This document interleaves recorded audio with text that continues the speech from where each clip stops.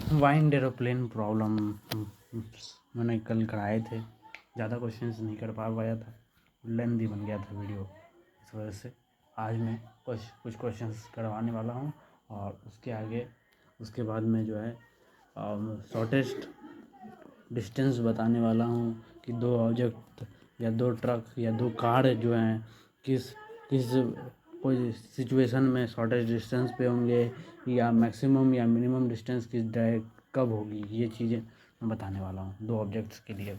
ठीक है, तो सबसे पहले एक इलस्ट्रेशन ले लेते हैं। ठीक है, तो उस इलस्ट्रेशन में जनाब क्या है वो मैं बता दे रहा हूँ। बस एक ऑब्जेक्टिव जेई मेन लेवल का एक ले लेता हूँ, उसके बाद एडवांस लेवल के कुछ क्वेश्चंस मैं लगाऊंगा।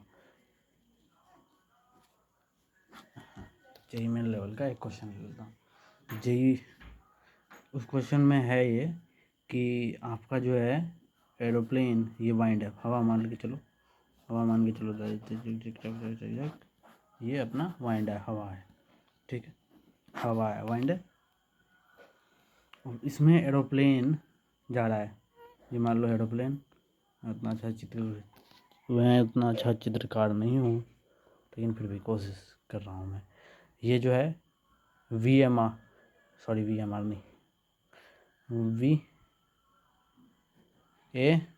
VAW, ये जो एरोप्लेन ए है वो एयर के रिस्पेक्ट में V वेलोसिटी से मूव कर रहा है। ठीक है, V वेलोसिटी से मूव कर रहा है और वो एक पाथ की ओर जा रहा है। ठीक है, एक पाथ जो है PQ, एक पाथ PQ में क्या हो रहा है वो कि जा रहा है और वापस आ रहा है। ठीक है, और हमने बाइंड का फोर्स देखा, मतलब वाइंड किस डायरेक्शन में एक्ट कर रही है। तो बाइंड जो है इसके परपेंडिकुलर डायरेक्शन में एक्ट कर रही है विथ वेलोसिटी जो भी बोल लो, इसको बोल लेते हैं, इस तरीके से लिख लेते हैं, u। मान लो वेलोसिटी u के साथ ये मूव कर रही है। ठीक है, वेलोसिटी u के साथ मूव कर रही है, तो तुम्हें बताना है। और मान लो कि ये इस पाथ की जो है, इस पाथ का लेंथ PQ, पाथ जो है पाथ PQ का लेंथ L है। तो इसको पॉज करो और बनाओ, मैं ट्राई कर रहा हूँ, तुम पॉज करो, ईमानदारी से पॉज करो और बनाओ। ठीक है, तुम पॉज करो ईमानदारी से और बनाओ। तो क्वेश्चन में मेंशन क्या क्या किया गया है मैं बता चुका हूँ, एक बार फिर से बता दे रहा हूँ कि जो है एरोप्लेन विथ रिस्पेक्ट टू, ये एक इम्पॉर्टेंट पॉइंट है, with respect to wind aeroplane V velocity से मूव कर रहा है और वाइंड जो है अपवर्ड डायरेक्शन में U वेलोसिटी से ऊपर उड़ रही है। ठीक है, अपवर्ड डायरेक्शन में U वेलोसिटी से ऊपर उड़ रही है।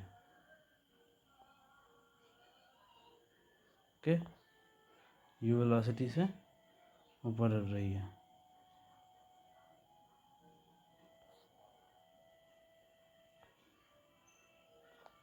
ठीक है, तो तुमने आई थिंक अटैम्प्ट कर लिया होगा क्वेश्चन को, मैं करने जा रहा हूँ। तो देखो आराम से, अच्छे से देखो क्या मैं कर रहा हूँ। तो देखो क्या है, ये एरोप्लेन है। ठीक है, वो किसी वेलोसिटी V से उड़ रहा है और उस पर जो है अपवर्ड डायरेक्शन में U वेलोसिटी से एक्ट हो रही है। तो हम इसका रियल वेलोसिटी फाइंड आउट करेंगे, जो रियली जो है पायलट या उसके अंदर जो बैठे बंदे, पायलट ने जिस वेलोसिटी पे उड़ाया है इसको, वो वेलोसिटी सबसे पहले हम फाइंड आउट करने की कोशिश करेंगे।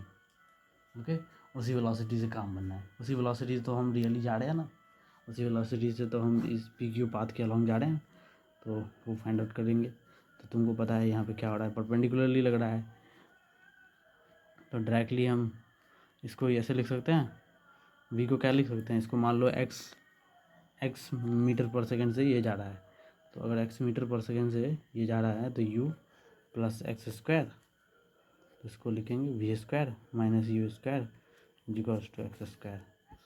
ठीक है, V square minus U square. ठीक है।